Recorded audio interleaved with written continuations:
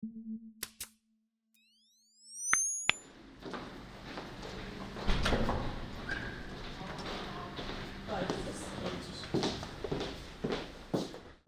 կողմից դժգոհություններ կապված տուգանքների չափի հետ, ինչպես նաև երթևեկության կանոնների վերաբերյալ միշտ էլ եղել են, նախագահի հանձնարարականով ստեղծվել է ոստիկանությունում հանձնաժողով։ Կուզեինք իմանալ կոնկրետ այս պահին ինչ աշխատանքներ են տարվում եւ ինչի վրա հատկապես։ Հանձնաժողովը իր աշխատանքները կազմակերպվում է առանձնացված աշխատանքային խմբերի միջոցով, քանի որ ոլորտը բազմազան եւ բազմաշերտ է եւ յուրաքանչյուր, այսպես ասած, աշխատանքային խումբ, որ ձևավորվել է ուղղակի պայմանականորեն, զբաղվում է ոլորտի որոշակի խնդիրներով, մասնավորապես աշխատանքային խմբերից մեկը զբաղվում է Երևան քաղաքի ճանապարհային երթևեկության կազմակերպման եւ կարգավորման խնդիրներով, երևի բոլորը արդեն տեղյակ են, որ այդ ուղղությամբ նույնիսկ կան հայտարարություններ եւ հանրային քննարկման ներկայացված նախագիծ, մասնավորապես Մոսկովյան եւ Իսահակյան փողոցները միակողմանի դարձնելու վերաբերյալ։ Մյուս մասը աշխատանքային խմբի զբաղվում է իրավական ակտերի նախագծերի մշակմամբ ոլորտում առկա գործընթացները կարգավորելու նպատակով, մի հատվածը զբաղվում է ճանապարհատրանսպորտային պատահարների վերաբերյալ իրականացվող վարույթների պարզեցմամբ, որպեսզի փորձենք հնարավորինս նաև խցանումներից արագ ձերբազատվել առաջացող խցանումներից ճանապարհատրանսպորտային պատահարի արդյունքում։ Այսպես աշխատանքային խմբերը յուրաքանչյուրն իր մասով տանում են աշխատանքներ։ Նախագահը իր խոսքում նշել էր, որ պետք է կարողանալ տարբերակել կոպիտ խախտումներն այն խախտումներից, որոնք մարդիկ համարում են չնչին եւ դա դիտարկում որպես իրենցից փող գանձելու միջոց։ Այո, վերանայումից հետո ինչ հնարավոր փոփոխություններ կլինեն այս ուղղությամբ։ Իրավական ակտով հստակ ձևակերպել, թե որ իրավախախտումն է, որ չնչին նշանակություն ունի, այդքան էլ հեշտ չէ, քանի որ նույն արարքը, որը կատարվում է վարորդի կողմից, օրվա մի ժամի կարող է լինել շատ վտանգավոր, մեկ այլ ժամի դա բացարձակ անվտանգ կարող է լինել։ Օրվա այն ժամերին, երբ ինտենսիվություն չկա երթևեկության, այդ ժամերին միգուցե մի փոքր այդ հոծգծի պահանջը խախտելը չնչին նշանակություն կունենա, այսպես ասած, բայց եթե երթևեկությունը իրականացվում է ինտենսիվ պայմանականորեն, եթե վերցնենք, ասենք 3 գոտիով իրականացվում է ինտենսիվ երթևեկություն, նույնիսկ այդ չնչին խախտումը հոծգծի ենթադրում է հարևան գոտի անցնել։ Իսկ դա նշանակում է, որ անցնելով մենք վտանգ ենք ստեղծում հարևան գոտիով ընթացող տրանսպորտային միջոցների համար, այսինքն պետք է հստակ կարողանալ տարբերակել ըստ օրվա ժամերի, եղանակային պայմանների, լուսավորության եւ բազմաթիվ այլ գործոնների։ Այսինքն այդ տարբերակումը պետք է մտցվի։ Տեսեք, դրա համար ես նշեցի, որ իրավական ակտում դա հստակ ամրագրել այդքան էլ հեշտ չէ, այսինքն այստեղ պետք է որոշակի սուբյեկտիվ մոտեցում ցուցաբերել եւ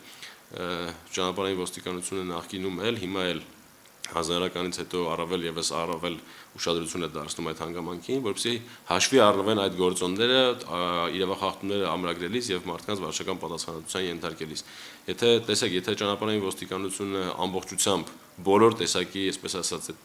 նույնիսկ չնչին խախտումների դեպքում սկսի կայացնել վարչական ակտեր, ապա վարչական ակտերը կլինեն ոչ թե ներկայիս քանակի, այլ մոտավորապես 3, 5, 10 անգամ ավելին կլինեն։ Նախազգուշացնող միջոցը ճանապարհային ոստիկանությունը ի սկզբանե արդեն իսկ կիրառում է, այսպես ասած, զտելով այն իրավախախտումները, որոնք չնչին նշանակություն ունեն կամ փոքր հասարակական վտանգավորություն ունեն, եւ այդ դեպքերում ուղղակի չի կիրառում վարչական պատասխանատվություն։ Միտում չպարունակող խախտումների համար տուգանքները նախազգուշացմամբ չեն փոխարինվի։ Այդ հարցը նույնպես քննարկվում է, բայց տուգանքները նախազգուշացմամբ փոխարինելը, եթե մեկ անգամ նախազգուշացվի, չէ, անձը, հաջորդ անգամ պետք է, ասենք, ենթարկվի վարչական պատասխանատվության։ Եթե մարդը, օրինակ, պայմանականորեն կատարում է, չգիտեմ, մեկ ամսվա ընթացքում 50 կամ 100 իրավախախտում, ապա մեկ անգամ նրան նախազգուշացնել եւ մնացած անգամները տուգանելը ըստ էության որևէ, այսպես, արդյունավետ միջոց չէ։ Արագաչափերի հետ կապված տեսանկարողանող սարքերի տուգանքների չափի փոփոխություն նախատեսվում։ 2014 թվականին արդեն իսկ վարչական իրավախախտումների վերաբերյալ օրենսգրքում համապատասխան փոփոխություններ կատարվել են, մասնավորապես վերանայվել են հենց արագության գերազանցման համար սահմանված տուգանքների չափերը եւ ըստ կիլոմետրային ցուցիչների բաժանելու բավականին մեղմացվել է վարչական պատասխանատվություն, այսինքն եթե անձը դիտավորյալ բազմաթիվ իրավախախտումներ կատարող չէ, ապա նրա համար շատ, այսպես ասած, նվազ չափ է սահմանված հենց կոնկրետ արագության գերազանցման համար, որովհետև եթե 1 կմ/ժ-ով եք գերազանցում, ընդամենը 1000 դրամ է նախատեսված տուգանքը եւ մինչեւ 10 կմ-ի դեպքում յուրաքանչյուր կիլոմետրի համար 1000 դրամ։ Այսինքն այս պահին ոչ մի դրամասի խոսք չի կարող։ Քննարկվում է նաեւ որոշակի իրավախախտումների դեպքում բարձրացնելու, նույնիսկ կարող է որոշակի իրավախախտումների դեպքում նվազեցնելու, բայց այս պահին կոնկրետ դեռ նշել որի դեպքում միայն կարող եմ նշել, որ ոչ թափ վիճակում վարելու եւ փոխարինված համանիշերով վարելու համար մեքենաների հնարավոր է որ խստացվեն պատասխանատվության միջոցները։ Իսկ այս առումով միջազգային փորձը ինչպիսին է, եթե հաշվի առնենք աշխատավարձ եւ տուգանքի չափ համամասնությունը։ Տուգանքների չափերը պիտի լինեն այնպիսին, որոնք հնարավորություն կտան ի սկզբանե իրենց չափով նախազգուշացնող միջոց հանդիսանալ։ Այսինքն կապել նվազագույն աշխատավարձի հետ եւ ասել, որ գիտեք, տուգանքները պետք է լինեն պայմանականորեն վերցրած, ասենք 50 կամ 100 դրամի չափի, դա ոչ թե կանխարգելիչ ազդեցություն կունենա, դա կլինի ուղղակի միջոց մարդուց 50 կամ 100 դրամ վերցնելու։ Այ վարորդները դժգոհում են, ասում են կան այնպիսի խաչմերուկներ, որտեղ անհնար է խախտում չանելը։ Այդ հարցը դիտարկվում է։ Նման հարցերը միշտ են դիտարկվում եւ հիմա օգտվելով առիթից ես կոչ եմ անում, եթե կան այդպիսի խաչմերուկներ, որոնց մասին մարդիկ այդպես արտահայտվում են, դրա համար կարելի է ուղղակի դիմել ճանապարհային ոստիկանություն եւ ներկայացնել իրենց կողմից այդ պատճառաբանությունը, թե ինչ պատճառով հնարավոր չէ խախտում չանել այդ խաչմերուկում եւ խնդիրը շատ ավելի արագ քննարկվի եւ կլուծվի։ Ուզում եմ նշել մի բան, որ բոլոր այն իրավիճակներում, երբ հնարավոր չէ ուղղակի չխախտել կանոնները, այդ իրավիճակում նման իրավախախտումը համարվում է հարկադրված կատարված։ Որոնք են ամենահաճախ հանդիպող խախտումները։ Կարծում եմ ճանապարհային նշանների եւ գծանշումների պահանջները խախտելու։ Առավելագույն տուգանքը որքան է, ինչի համար նախատեսված եւ ամենանվազագույն տուգանքը ինչքան է։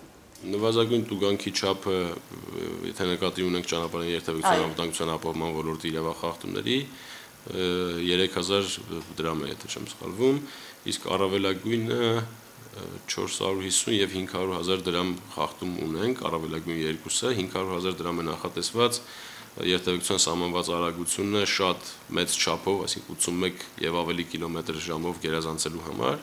Մարդկանց քաշքշուկի մեջ են թողնում ոստիկանություն